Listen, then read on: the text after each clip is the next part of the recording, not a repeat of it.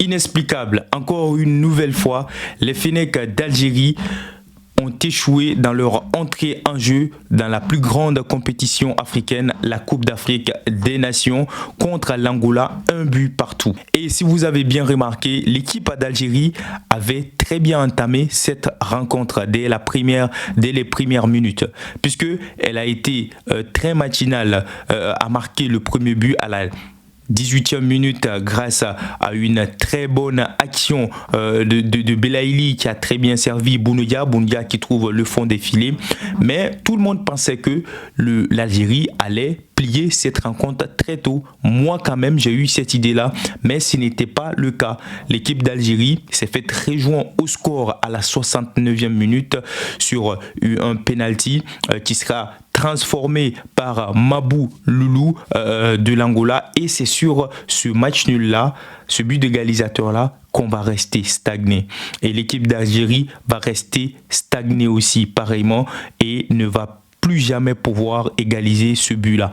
Et finalement, elle commence cette compétition, cette CAN 2023 en Côte d'Ivoire avec un nul. C'est qui ne l'arrange pas, puisque il ne lui reste seulement que 2 matchs. Et on le sait très bien, en Afrique, les matchs seront très très durs. Donc, les matchs les plus importants sont toujours les premiers matchs. Mais la grande nation de football comme l'Algérie, faire un match nul contre l'Angola, qui n'est pas une très grande nation de football, qui est une équipe moyenne, je pense que là, il y a un gros problème. Mais alors les gars, je dois vous dire que ça perdure. Ça perdure pour l'Algérie, ça dure longtemps. Depuis leur sacre en 2019 face au Sénégal, l'Algérie n'a plus jamais gagné un seul match dans une CAN. Elle est maintenant à sa 2e participation après sa victoire en 2019, mais elle n'a pas encore gagné un match dans la CAN. Et ça dure quand même longtemps là. Et je pense que c'est inexplicable tout ça, parce que si on prend la liste des équipes qui participent à la CAN, l'Algérie a l'une des meilleures listes de joueurs. Vous avez des grands noms qui évoluent dans de très grandes compétitions européennes, même dans d'autres pays aussi. On a Bounoudia qui est toujours décisif quand il est avec son pays. On a Bensbeini, on a Riyad Mahrez, on a Awa, on a Shaibi qui vient d'arriver, on a Belaïli, on a Attal. Avec tous ces grands noms-là, l'Algérie a toujours la misère de sortir à la tête de l'eau depuis 2019. Mais qu'est-ce qui cause cela? Je vais vous expliquer. Pour comprendre ça, il faudrait que je vous cite 4 facteurs. Le premier défaut, c'est que l'Algérie a une déficience, l'équipe d'Algérie a une déficience physique. Et on le voit souvent dans ces rencontres. Après les 45 premières minutes d'une rencontre à la CAN, l'Algérie est déjà épuisée. Les joueurs algériens, ils ont du mal à tenir. On l'a vu même face au Sénégal lors de la finale. Vers la fin de la rencontre, c'était déjà fini pour l'Algérie. Mais heureusement, ils avaient des joueurs très costauds pour maintenir la baraque, pour ne pas échouer dans cette finale-là.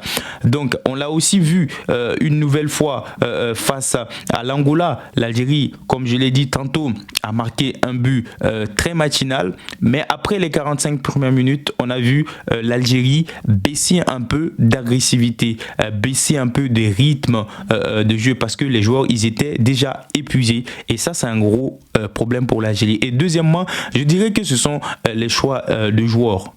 Oui, ce sont les choix de joueurs. C'est quand tu as une équipe comme l'Algérie et que tu as de grands noms, tu as tellement de bons joueurs, souvent étant coach, tu peux te tromper dans tes choix, parce que tu as tellement de beaux joueurs, tu ne sais pas qui choisir et qui mettre sur le banc. Alors qu'une CAN, c'est une compétition très physique, très difficile à jouer.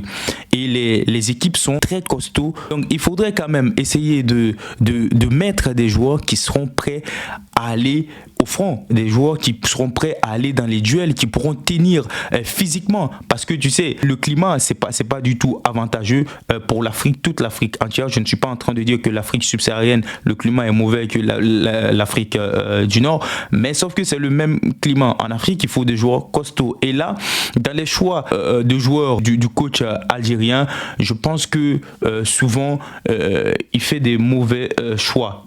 en étant en CAN. Parce qu'en CAN, il faut mettre des joueurs qui sont bons physiquement, qui peuvent tenir longtemps. Parce que moi, je ne comprends pas pourquoi Riyad Mahrez jouerait aujourd'hui 90 minutes d'une rencontre de la CAN. Il ne peut pas tenir et on l'a vu. Il délaissait, surtout physiquement, c'est pas comme ça en fait. Après, je pense que si les choix tactiques du coach ne sont pas mûrement réfléchis pour affronter des joueurs costauds en Afrique, ça va toujours être la même. On l'a vu aussi face à la Sierra Leone. C'était très difficile pour eux. Et je pense que l'équipe algérienne minimise souvent les petites équipes, ses adversaires qui sont en face d'elle. Quand on a vu, notamment, comme je l'ai dit tantôt, en 2022, face au Sierra Leone, je l'aurais dit une nouvelle fois, c'est une petite nation, la Sierra Leone, mais il ne fallait pas la minimiser. Mais l'équipe algérienne a été surprise de voir le match se terminer par un score nul, 0 but partout. Et je pense que c'est le même scénario qui recommence encore. Parce que face à l'Angola, il ne faudrait pas qu'on se mente, l'équipe algérienne, les Fennecs d'Algérie ont bouffé tous les comportements du match. Ils ont dominé le match. Mais sauf que le fait de se dire oui, c'est une petite nation, on pourrait peut-être leur neutraliser très facilement à quel moment, peu importe le moment, on ne se presse pas, on va d'abord les épuiser, après peut-être revenir à la rescousse et marquer beaucoup de buts. Ça ne marche pas comme ça en Afrique. Peu importe l'équipe, quand tu as ton adversaire en face de toi, qu'elle soit une grande nation ou une petite nation de football, il faut la corriger tout de suite et maintenant. Et c'est ça qui fait la différence entre plusieurs équipes africaines. Parce que les équipes comme le Sénégal, le Sénégal ne blague pas avec ses adversaires. Même si le Sénégal peut marquer 10 buts face à un adversaire, le Sénégal va le faire. Et je pense que l'Algérie devrait faire de même. Et troisièmement, je pense que le fait de ne pas garder le même groupe très longtemps a fatigué beaucoup l'équipe d'Algérie. Parce qu'il ne faudrait pas qu'on se mente, dans le groupe, la liste de l'Algérie, il y a beaucoup de nouveaux joueurs qui n'ont pas joué longtemps avec ce groupe qui est venu à la CAN. Il y a certains, c'est leur première CAN, ils n'ont même pas disputé les phases éliminatoires de cette CAN. Donc je pense que ça aussi, ça joue beaucoup. On l'a vu dans leur rencontre, bien sûr qu'il y avait du beau jeu, mais sauf que souvent l'énergie ne passe pas trop souvent en fait. Il n'y a pas une certaine symbiose dans leur esprit. Eux, ça leur canalise et ça tue aussi leur chance de réussite face à leurs adversaires. Donc sinon, dans l'ensemble, je pense que ce n'était pas si mauvais. Ce que je souhaiterais à l'équipe d'Algérie, c'est de ne pas faire les mêmes erreurs comme l'année 2022. Parce que c'était quand même une honte de venir à une CAN et de ne faire aucune victoire. Et moi, je suis certain que si Djamel Belmadi, au lieu de prendre son temps pour toujours répondre régulièrement aux critiques qui sont portées contre son équipe, qu'il mette cette énergie-là pour reconstruire son équipe comme il l'avait fait en 2019, je pense que ça aiderait beaucoup son groupe. Donc les gars, les prochains matchs de l'Algérie, c'est Burkina Faso et Mauritanie. Donc ce sont Burkina Faso, c'est une nation du football qui a de l'expérience dans cette CAN parce qu'on l'a vu, elle est allée très loin dans la précédente. Donc ça sera un match très très dur. J'ai hâte de voir les prochaines rencontres de l'Algérie, notamment celle aussi face à la Mauritanie qui n'est pas aussi mal.